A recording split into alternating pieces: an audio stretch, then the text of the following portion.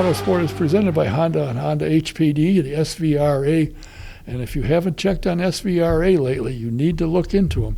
Tony Pirelli, the owner, also now owns the Trans Am Series, and he owns the Formula 4 Series. They're doing a lot of things, so go to svra.com and see what they're doing. They're really growing like by leaps and bounds. We're also presented by Speedway, McGilvery's in Speedway, as well as VP Insurance, located at 5004 West 16th Street in Speedway. Get a hold of Mike Pardee if it's time to renew your insurance and see what he can do for you. You'd probably be surprised, like most of us have. You get better coverage for less money. He's located at 5004 West 16th Street in Speedway. You give him a call, tell him what you need, he can tell you what he can do for you. Number is 317-248-0070. And if you've ever wondered, what's it like to drive an INDYCAR? Well, you can find out what it's like to ride in one. You go to the Indy Racing Experience and take a ride in the two-seater. You'll see what it's like, and you'll be surprised at the speeds. But you'll think you're going 250 miles an hour, and you're going 190. Go to IndyRacingExperience.com, find a date that'll work for you, and sign up for it. And in the promo box, put Don K, and you get a 50% discount. We are today in a race shop. It happens to be the Juncos Hollinger Racing, and my guest is none other than the president of the company, Mr. Ricardo Juncos. And Ricardo, you're from Argentina, and you started driving. What was your goal when you wanted to drive? Do you want to stay there, or what was your goal? Yeah, so I was born in a racing family. My dad used to race, so I grew up in this environment, and I was watching his trophies and the helmet, but I started as a race car driver in Argentina, and for me the goal was to become a Formula 1 driver or INDYCAR driver, whatever it takes. Obviously that didn't happen, but motor racing is difficult in general for everybody. But yes, my goal was to become a race car driver. I actually did race Formula Renault, Formula 1400, 1600, 2000s, and then small prototypes. So that was my beginning in Argentina as a race car driver. At what point did you say, I think I'll pack up, I got a lot of money, I got $200, and I'll go to America and start? What brought that on? In 2001 was a big crisis in Argentina, where our business collapsed. So I grew my business with my brother Ale from the beginning as a start shop, like a street car shop. We grow the business and we burn all the money in racing. That's how we did it. But also the situation in the country didn't help. So we break the business. So we grow big time. And that's how we moved to America with the $400. That's the story. But start over again from here. Your goal once you got here was to get to INDYCAR? That was your goal? No. To be honest, no. The goal was just to don't die. I mean, in Argentina, really. I came to US just because I had no other option. I didn't know what to do. I have a friend of mine here, so was the only option I have. I started as a go-kart mechanic for free pretty much in a week in Miami. But 20 years later, it's been 20 years ago, here we are. So everything happened after I touched this country for the first time with no expectation of anything. Well, to say that you didn't accomplish anything is a joke. The trophy case here are packed. There's two of them. In fact, when you opened the building, I was here that night, and I said, there's two things I got to tell you. Said, what's that? So one is the trophy case aren't big enough. Number two is, I've been here 75 years. You've been here a matter of weeks. I couldn't buy the door. But you have built a phenomenal shop. It is. It's true. Sometimes I look back, and when I see the building every day, every morning we come here and we see what we did, is amazing, right? I never expect for me to be here today and have this present. But look, I came with nothing, right? And I discovered a country with the arms open and welcome me, and the people help me a lot. And of course, I work a lot. But fantastic country with fantastic people, and opportunities show up, and we just work and we just do what we love to do. So this is obviously we get good results as we go. I think that's potentially the reason why we have drivers and trusting in the team still now, and from the day one and now allow us to slowly move on. It's been 20 years, still a long time now, right? So, but this is amazing in dream, and we continue dreaming and we continue growing, and who knows what the future is going to take us. Well, you came into the Road to Indy program and you knocked people's socks off. There have been winners, consistent winners. You came in and you knocked them off the podium. Yeah, I think well, the experience that I have from Argentina helped me a lot. So I always say the same thing. Argentina is a country that you don't have things. Like everything costs you a lot. It's a lot of sacrifice. You need to build your own tools. You always find a way to make it happen, something, because the country doesn't give you opportunities. So it's complicated. But because of that, you develop your skills in a higher level probably, versus this country have all the opportunities. Right? It's kind of easy for the people who live here. That's why this country is the best in the planet. But when I came with almost 27 years old, I have a lot of experience from Argentina. And I was still young enough to come into a completely different country where the language is different, the culture is different, the system is different. It's like I always say the same, right? If I came earlier, will be not much experience. If I came later, I probably has more experience, but it was so difficult for me to adapt. So I think I was lucky with that. And we just apply what we learned from Argentina, and the rest tools help us. Slowly we get to where we are today. Well, you're running in several series now, including INDYCAR. You've got a new driver. How do you find your drivers? When we decided to do INDYCAR again, coming full time, that was the biggest question mark, right? It was not easy to find the driver. So originally last year we have a list of 5 drivers, and Callum Aylott was one of the 5. And there was other ex-Formula 1 drivers or current Formula 1 drivers that we were trying to choose.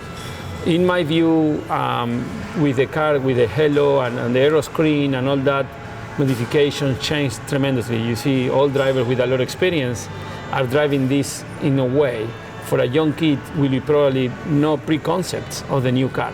And I think that's the reason why you see so many young drivers fast. But now, after a couple of years, you see now Newgarden and Dixon already willpower, all the experienced driver already up. So take them a little bit compared to the brand new one like youngest, Pato Award, Herta, all this. So our thinking was to find a young driver with a lot of experience, and Callum Aylott lead that list. We hired him for last year 3 races and did a phenomenal job. So we're really happy with him, and now we continue with him on the INDYCAR team. Well, one of the things that they're talking about currently is there's 32 cars, there may be 33 now, I understand, but 32. And part of the reason that can't get more cars is there's no crews.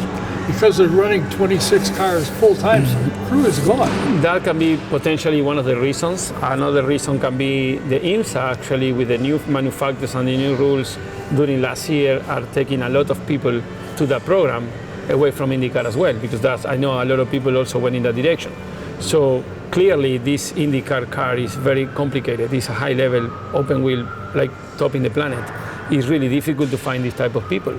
And potentially that's some of the reasons why you don't see this Indy 500 like prior years, a lot of cars. And also the full-time runners are quite high now, 26, 27 cars like we're doing. So it's been a little bit difficult on that end. And also when you see the last 2-3 years drivers getting bumped out and teams getting bumped out of the race, it's a big impact because you still spend a lot of money and now you miss the show.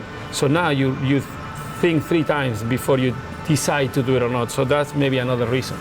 Well, when I first came in here in 1964, at the time and from then on, it wasn't unusual to have 50, 60 cars. And you're going to send a bunch of them home, but you went home, worked harder so you didn't get bumped out. But apparently that's not the mentality now. If you get bumped out, the sponsor says, oh, wait a minute. I think this is more the mentality. I think is the way we live today, and it's so expensive, everything is so expensive, so hard to find the money to race. And by the time you get to qualifying, you already commit to people, you already spend a lot of money. Where, you go 50 years ago, yes, obviously racing was always expensive, but wasn't as much as today, generally speaking. So, you can be with a friend with a car in the garage and you go and race. That's how we did it. That's the way you guys did it. So today, those days are over, unfortunately for the sport, right? So now it's complicated. And I think if you're gonna go for the program, you have to make sure you're in the show. And if you're a part-time team or you're gonna do only the Indy 500 alone, that became a very, very challenging situation. Right. So I think that's another reason why we don't see many cars this year. Well, starting last year, you have a partner now, Brad Hollander, who came from Formula 1. How did you 2 guys get together, and why did he go? To me, he stepped across and maybe up a little bit, but coming to INDYCAR. Yeah, our story with Brad goes from 2017 when we started the first time the Indy 500. We get to know each other there, and then he's been following this team as they won, as we start in Indy. Like you mentioned, he was in Formula One, involved with Williams. He was one of the biggest shareholders of Williams F1. But you know, Formula One is also political and has other things that he was, to be honest, not quite happy on that, and you know, decided to sell all the assets in Formula One, and after looking at INDYCAR, you know, his dream was to have a racing team, which for him to start over a brand new racing team is difficult. So I guess he looking at us as a young, you know, growing team. We share a lot of same values. So we have what he doesn't have, and he has what I don't have. So I think we do the proper combination. We have a good long-term plan. The idea is to build, as difficult sounds like, and it will be difficult, but try to find and build a proper INDYCAR team. Obviously, we need time, but I'm so happy with him. I think we, like I said, we share the same values. And INDYCAR is big, right? It's difficult to race against giant teams like Penske, Ganassi, Andretti, Ray Hall, all that. So McLaren now coming from Formula One as well. So I couldn't do it by myself. That was clear in my mind since day one, and in the last, to be honest, 5 years, I was trying to put this type of program together, and I'm really happy to be the case. You know, it's interesting how partnerships come together and how you get involved in racing. As I said, he's been in Formula One. Obviously, he likes racing, but in Formula One, if you're not in the top three, you're not. And just to get 8 to get 1 point is difficult. In this series, anybody on any given day can win. I mean, there's any one of 10 or 12 teams. I said that to Mark Miles. He said, no, there's 15, 18 teams that can win on any given day. I agree with that, and I think we are experienced probably I think it's one of the best time in history for the competition of INDYCAR as a sport. I mean, last year I think was the first 8 races with 8 different winners. Right. Doesn't exist any other class in the planet that something like that happened. Last race of the championship with maybe 3, 4, 5 drivers with chances to be the champion. So the competition is so tight, the rules and the race car itself, that Lara is doing a good job. So yes, the car is the same than everybody, but you have some areas to develop in an open way, like dampers, for example, shock absorbers. And I agree, like, you know, us as a small team, we may be lucky and we finish podium or win a race. Yeah, to win a championship is different, right? To win a championship, obviously, Penske, Chip, Ganassi are always on the top of the list because they have the experience and they are powerful, but allows teams like us to at least be participating, be with them, be part of INDYCAR, which is, you know, 111 years of history, and that doesn't happen in Formula One for sure. But your goal, I know you well enough to know your goal is there's 3 steps on the podium. You want to start there and then work your way to the top. You're not here just to compete, you're here to win. No, we are here to win. Like, we are winners, and I always say that. And the intention is obviously at the beginning, we understand also how difficult it is. It will be not proper for me to expect to win now. But we did win every time in go-karts, no matter what class, Indy Pro, no matter how much longer it take us, and we did in Indy Lights, and we will win in INDYCAR for sure, because we're winners, and that's what we're gonna do. Difficult because it's INDYCAR, it's gonna take us longer, but we're gonna get there. As long as your partner agrees with you, it takes time to get to the top, because you can't run there. You got to take step. Yeah. Have you had trouble getting a crew, or most of your guys been with you? Your crew been with you for most of the time? Well, the crew members, we were lucky to acquire all the karting assets last year, so we ended up buying all the karting team, pit equipment, trailers, trucks, cars, spares, and with that, we were open to offer to all the karting members an opportunity to continue in INDYCAR with Juncos Holding Racing. I will say 70 to 80% of the guys are with us today. And this is nice because obviously they've been working together for a long time. They are high quality mechanics. I'm super happy with the people now and allow us to move faster compared to what we had last year. And if karting situation didn't happen, right? Will be much difficult for us. But now we are, for one car team, I think we are fine. For more than that, it's difficult, so we're working towards to that. Is your goal perhaps in 23 to have 2 cars? Yes, that's the goal. Yeah, I find it interesting, the driver combinations that come out of nowhere. You know, so, where did he come from? How did you find? You keep track. Are you looking now for a driver for next year? Yes, we are. Obviously, I found drivers because I know who they are because I follow motor racing in the planet, generally speaking. So I always try to not miss as much as I can. I try to be on top and current information. But in my view, Callum Aylott should be the champion in F2, but Mick Schumacher won it, and I will believe that it's quite political game as well in Formula One, like everybody knows. So I rate Callum as top driver like Leclerc, Lando Norris, that type of driver, but he potentially will never race in Formula One. So for him as a driver, I think he chose our series, INDYCAR, like many others, and I think he did a smart move. Right now, for 23, we are looking for drivers. We are analyzing situations, and we see it's not easy to find the right combination, but we are looking to that. It's interesting that Formula One drivers are now starting to come here and are looking at it seriously. And I got to think, in my own opinion, one of the reasons is they can come here and win. It's not impossible. You get the right combination, they have a chance to compete, whereas in Formula One, there's only 3 or 4 teams, and that's it. Yeah, I think there is many reasons. One is that here you can champion in any car, actually. Like obviously, if you race for Roger Penske or Chip, you have more chances, but you still have chances.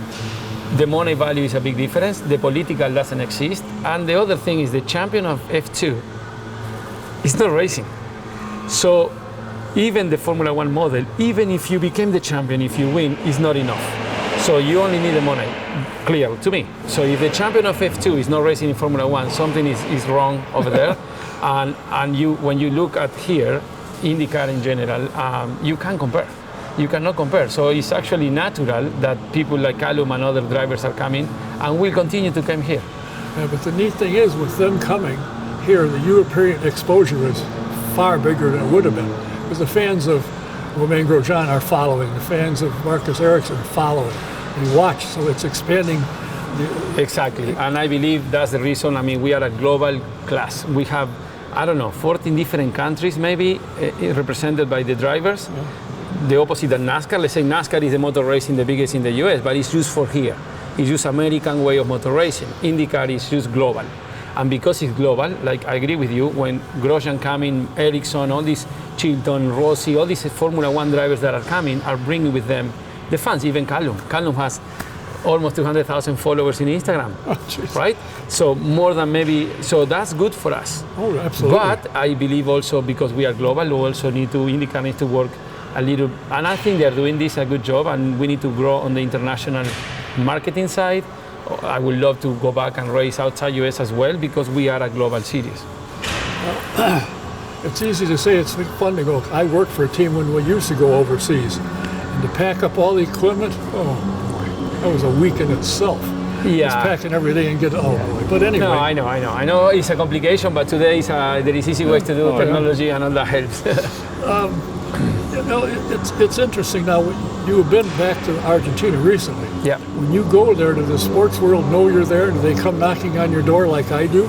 Yes. When I go to Argentina, I cannot stop, because I go from one TV channel to another, one racing radios. Everywhere. Obviously, I try to be at the track if there's some racing going on there. So I was able to be on the TC, which is like NASCAR here. The top in Argentina was 45,000 people on the track that day, and that was really, really nice. So when I go there, obviously, by being the only Argentinian here doing at this level, get quite busy, but it's my country. I have my family, my friends, and in a way I represent Latin America in general, but obviously Argentina, so I'm quite busy when I go there. So when you were at the race with 45,000 people, did they put a microphone in front of your face so the fans could know you're there?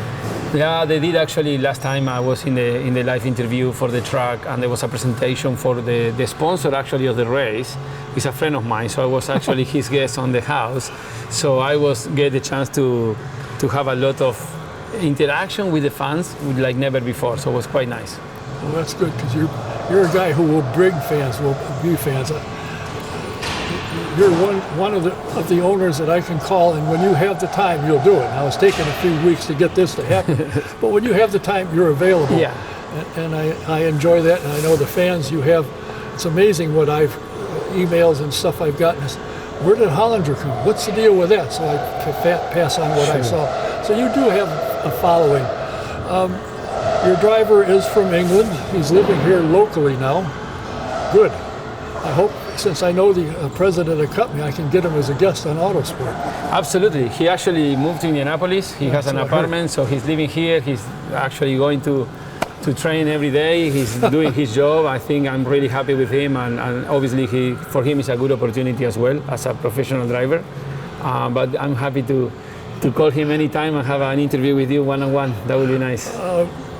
Does he like it here? Has he got acclimated to America? Because I know there's a lot of different, even the UK, and here there is a difference. Yeah, I think he liked it here. Also, remember, he was living in Italy when he was a Ferrari driver for the last probably 3-4 years in Italy. So he speaks a little bit Italian. So he's a driver that is, yes, he's from England, but he's diversified enough to adapt quickly, so he's happy here. Well, I know that we had to move this up a few minutes because you have a meeting that you got to get involved in. And as always, I always appreciate, and I want to thank Abby for helping make this happen, because I pester her naturally, and got it to go.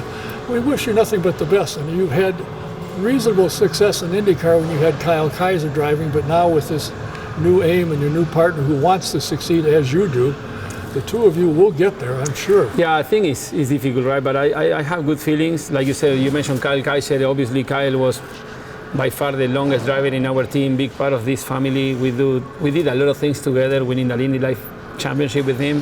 What we did with Alonso and McLaren on 19, bumping them on the race in the last for 13,000. That was actually an amazing for us. But we continue growing. Abby is with us for like 11 years, working with me. So I really appreciate this type of relationship. We have a lot of people that here working. I had Julian back in the team. Julian was my first ever mechanic in 2003.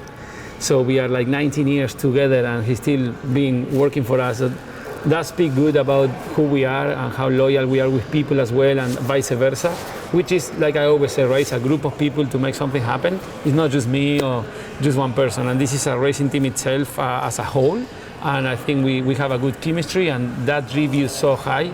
So I believe this is going to be good for us in the future. Now, when you came here from Argentina, did you speak English? No, nothing. I was actually, that was my biggest problem, because it took me like almost, swear to God, 2 years. I speak a little bit, but then I couldn't understand. Need a radio station or phone calls, and I was like, something's not right with me, what's going on? And I was watching a movie, and I after the movie, I was, wow, what a story. And I thought the movie was in Spanish. And I was, wait a minute, that was all in English, and I was like in shock. I was by myself at the house, and then that was a click moment, and after that, boom, start happening like magically. But it was a very, very difficult for me to learn the English and speak English and obviously understand, and now I have my accent, but I guess I'm doing quite good after 20 years. Well, I got news for you. You speak as good or better than I do. And if you learn some of the things that people will say, like, oh, you're full of hooey, you understand what that means? I could have said something else, but I was full of hooey. But you get all of the slang that goes on, you understand that as well? Yeah, I get it. Sometimes I don't. No, sometimes actually happen even today. Sometimes I have some minutes and wow, what did that was like? And I pretend like I understand, and sometimes I try to think quickly, what did they say? Like, what? Because I don't want to miss, but it is difficult, right? It's just know that it's the culture, the system. I mean, was still a big learning curve for me, even if it's 20 years, because the country and the culture are so different. But now I became American in 2012, so I'm citizenship now, and my family, my son, my daughter was born here, so I'm quite happy. And you had to join them because they were automatically Americans. Now you got to do it. Exactly. Yes, exactly. Welcome to America. Thank you very much. It's good to have you here. Listen, I appreciate your time. I know we're sitting in front of your, what is this, the 2000? Indy Pro 2000. Pro 2000. Is this the only one you're running the road to Indy this year? We have this is the car from Rhys Gold, very young talent driver, 17 years old, and then we have a British driver, Enam Ahmed, so we had 2 drivers in the Indy Pro 2000. We're looking forward to race at Birmingham, Alabama and Barber in 2 weeks, so quite happy to continue. Since 2009 we're doing this program, so it's looking really good. How about Indy Lights? You want to get back? Indy Lights, we are not racing this year. Yes. We decided to rent equipment to Force Indy actually, and looking back to come back to 2023. The idea is to come back with 2 cars in Indy Lights. The sad part, and I get a lot of emails about this from people that are coming to the race. We always came to watch the Freedom 100. Where did it go? And that was, as you know, for 4 or 5 years was the greatest race in the world. bar none. Yeah. And it's gone. I know it's gone, and I think I understand why it's gone. It's way too fast, and it's getting crazy. When you see even 7 cars, what they do, side by side, 3 wide, 2 wide for the whole race pretty much, and create this vacuum that is hard to pass, and you continue. So imagine if INDYCAR grows to 15, 20 cars, will be massive accidents. And I think being smart in life as well is just to be proactive. We don't want to go to a place like Las Vegas and Dan Weldon get killed or shouldn't be there. And I think that's, I give my right hands to Roger because we were there, we were lucky many times, many drivers were lucky as well with the old car, and you pay for something that you gambling big price for. So I have my opinion on that as well as Roger. We maybe need to find another venue that can. I get it. I get the what you're saying, and I agree with that. But in the other hands, we gotta be careful, and I think it's a right decision. Well, the thought of slowing the cars down and make them safer isn't an answer because people come. Yeah. It's what they love is the speed, and the cars are built now. I mean, there's been some horrific accidents, and the driver gets out and goes. Yes, and walks away. But in INDYCAR, with the IndyCar. aeroscreen, you see the massive advantage on the safety. INDYCAR is doing a phenomenal job, and I believe if the Indy Lights car maybe get a proper, because the Indy Lights car and Indy 500 at the speedway gets very, very fast, almost 220 miles an hour top speed as well.